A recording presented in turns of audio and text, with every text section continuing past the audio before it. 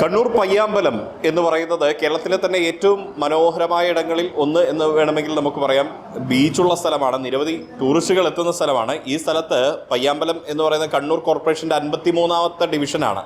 Kannur corporation നിലവിൽ UDF ആണ് ഭരിക്കുന്നത്. ഇത്തവണ അത് തിരിച്ചു പിടിക്കുമെന്ന് LDF പറയുമ്പോൾ UDF അത് നിലനിർത്തുമെന്ന് പറയുകയാണ്.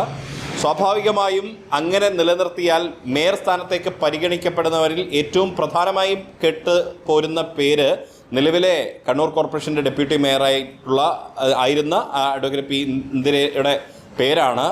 അവർ ഇപ്പോൾ ഇവിടെ പയ്യാമ്പലം ഡിവിഷനിലെ UDF സ്ഥാനാർത്ഥി കൂടിയാണ്. മേയർ ആവുമോ? അത് പറയാൻ പറ്റില്ല. അത് പാർട്ടിയല്ലേ തീരുമാനിക്കണ്ടേ. പാർട്ടി തീരുമാനിക്കുന്നത് പോലെ അതിനെ പറ്റിയിട്ടല്ല. ഇവിടെ ജയിക്കുക എന്നുള്ളതാണ് എൻ്റെ ടാസ്ക്. പയ്യാമ്പലം എന്ന് പറയുന്നത് UDFന് ഒക്കെ അല്ലേ? UDFൻ്റെതാണ്. എന്തായാലും ജയിക്കും. എന്നാലും നമ്മുടെ വിജയപ്രതീക്ഷയിൽ തന്നെയാണ് മുന്നോട്ട് പോകുന്നത്. ഈ ഡെപ്യൂട്ടി മേയർ വോട്ട് തേടി ഇറങ്ങുമ്പോൾ ജനങ്ങൾ എന്തെങ്കിലും പരാതികളും സങ്കടങ്ങളൊക്കെ പറയുന്നുണ്ടോ? ഡെപ്യൂട്ടി മേയർ നിങ്ങൾ ഇത് ചെയ്തിട്ടില്ല, അല്ലെങ്കിൽ ചെയ്തത് നന്നായി എന്നൊക്കെ പറയുന്നുണ്ട്. എന്താ പറയുന്നത്? തീർച്ചയായും. എന്താ വെച്ചാൽ പരാതി ഒന്നുണ്ട്, അത് പറയാതെ പോകുന്നത് ശരിയല്ല. കാരണം പയ്യാമ്പല ശ്മശാനവുമായി ബന്ധപ്പെട്ടിട്ടുള്ള ഒരു വിഷയമുണ്ട്. അതിൽ നമ്മുടെ കോർപ്പറേഷൻ നിസ്സഹായരാണ്. കാരണം അതിൻ്റെ CRZ അനുമതിക്കായി ഞങ്ങൾ വർഷങ്ങളായി കാത്തിരിക്കുകയാണ്. കോടിക്കണക്കിന് രൂപ ഷാജി MLAയുടെ 2 കോടി രൂപയാണ് കിടക്കുന്നത്. ആ പദ്ധതി ടെൻഡർ ചെയ്ത് വർക്ക് അവാർഡ് ചെയ്ത പദ്ധതിയാണ്. അപ്പോൾ പ്രവൃത്തി തുടങ്ങാൻ നമുക്ക് സാധിച്ചില്ല, CRZ അനുമതി ഇല്ലാത്തതുകൊണ്ട്. ഇപ്പോൾ എന്തായാലും അത് CRZ അനുമതി ഇപ്പോൾ കിട്ടി. ഞങ്ങളുടെ ഭരണസമിതിയുടെ അവസാന ഘട്ടത്തിൽ ഇപ്പോൾ കിട്ടിയിരിക്കുകയാണ്. എന്തായാലും അതിന് ഒരു ശാശ്വതമായ പരിഹാരം ഉണ്ടാക്കും എന്നുള്ളതിൽ യാതൊരു സംശയവുമില്ല. കാരണം എന്തായാലും പയ്യാമ്പലത്തെ ആളുകളോട് ആദ്യം തന്നെ പറയാനുള്ളത്, ഈ പയ്യാമ്പല ശ്മശാനവുമായി ബന്ധപ്പെട്ട് അവരനുഭവിക്കുന്ന പ്രയാസത്തിന്, ദുരിതത്തിന് ഒരു പരിഹാരം ഉണ്ടാക്കിയെടുക്കാൻ ഈ ഒരു UDF ഭരണസമിതിക്ക് സാധിക്കുമെന്നുള്ളതാണ്. കാരണം അത് പറയാനുള്ള കാരണം അതിൻ്റെ പദ്ധതി എല്ലാം അവസാന ഘട്ടത്തിലാണ്. ഈ CRZ അനുമതി കിട്ടുന്നതോടുകൂടി അതിൻ്റെ പ്രവൃത്തി ആരംഭിക്കാൻ കഴിയുമെന്നുള്ളതാണ്. അപ്പോൾ എന്തായാലും ആ പ്രശ്നത്തിന് പരിഹാരമാവും. പിന്നെ നിങ്ങൾ നേരത്തെ സൂചിപ്പിച്ചതുപോലെ തന്നെ ഒരു ടൂറിസ്റ്റ് മേഖലയാണ് ബീച്ച്. ഒരുപാട് ആളുകളെ ആകർഷിക്കുന്ന ഒരു സ്ഥലമാണ്. അപ്പോൾ ഒരുപാട് സാധ്യതകളുണ്ട്. നമുക്ക് വരും കാലങ്ങളിൽ 5 വർഷം ഒരുപാട് വികസന പ്രവർത്തനം, ടൂറിസ്റ്റുകളെ ആകർഷിക്കുന്ന തരത്തിലുള്ള നല്ല നല്ല പദ്ധതികൾ ആസൂത്രണം ചെയ്ത് നടപ്പിലാക്കാൻ കഴിയും എന്നുള്ള ഒരു വിശ്വാസമുണ്ട്. അതോടൊപ്പം തന്നെ നല്ല ഒരു കോർപ്പറേഷൻ്റെ 55 ഡിവിഷനിലും നടത്തിയിട്ടുള്ള വികസന പ്രവർത്തനം, അതിൻ്റെ ഒരു ധൈര്യം, അത് നമുക്ക് നല്ല UDFന് നല്ല ആത്മധൈര്യം നൽകുന്ന ഒന്ന് തന്നെയാണ്. അത്രമാത്രം ജനക്ഷേമകരമായിട്ടുള്ള പദ്ധതികളും പ്രാദേശിക വികസനം നമ്മൾ 5 വർഷം കൊണ്ട് നടപ്പിലാക്കിയിട്ടുണ്ട്. അതിൻ്റെ അവസാന പദ്ധതി എന്ന് പറഞ്ഞാൽ നമ്മുടെ ടൗണിലുള്ള നഗര സൗന്ദര്യവൽക്കരണം, അത് നടന്നുകൊണ്ടിരിക്കുകയാണ്.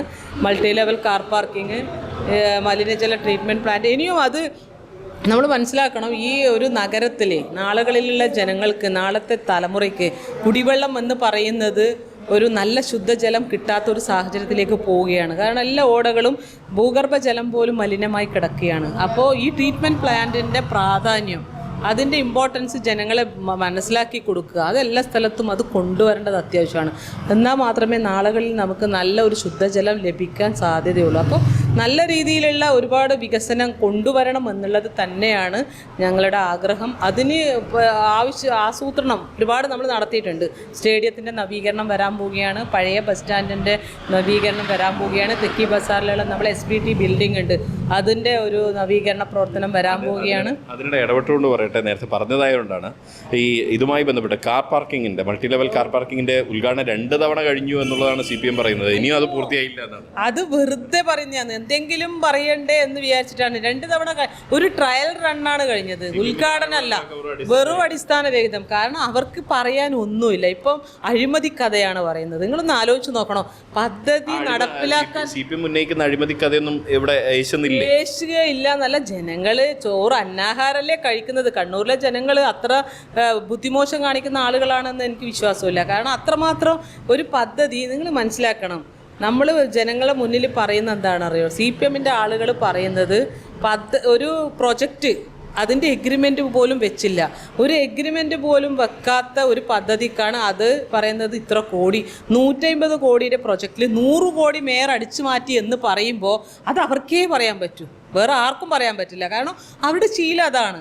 അവർ ഇപ്പം നമ്മളെ അയ്യപ്പൻ്റെ സ്വർണം വരെ കക്കുന്ന ആളുകളോട് നമുക്കിതിൽ കൂടുതൽ എന്താ പറയണ്ടേ? കാരണം ദൈവത്തിനെ പോലും വെറുതെ വിടാൻ പക്ഷെ ഗതിയില്ല അവർക്ക്.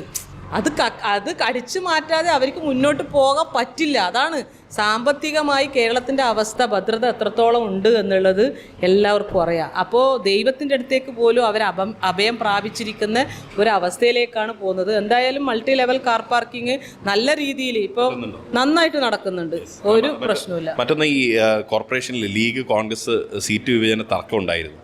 അതൊരു പരമമായ യാഥാർത്ഥ്യമാണ്. അതിപ്പോൾ പരിഹരിക്കപ്പെട്ടു എന്നാൽ പോലും അത് പക്ഷെ അടിത്തട്ടിൽ അത് പ്രവർത്തകർക്കിടയിൽ ആ പരിഹാരം എത്തിയോ എന്നുള്ളത് അത് ഈ വെല്ലുവിളിയാവില്ലേ? ഇല്ല, നമ്മൾ ഒറ്റക്കെട്ടാന്ന്. കഴിഞ്ഞ തവണത്തേനേക്കാളും 3-4 സീറ്റ് UDF ഇത്തവണ അധികം വാങ്ങുമെന്നുള്ളത് 100% ഉറപ്പാണ്. അതിൽ യാതൊരു സംശയം നമ്മളെ UDFന്റെ നേതാക്കന്മാർക്കോ നമ്മുടെ ഭരണസമിതിയിൽ കഴിഞ്ഞ കാലത്തെ ഭരണസമിതിയിലെ ആളുകൾക്കോ ആർക്കും തന്നെ ഇല്ല എന്നുള്ളതാണ്.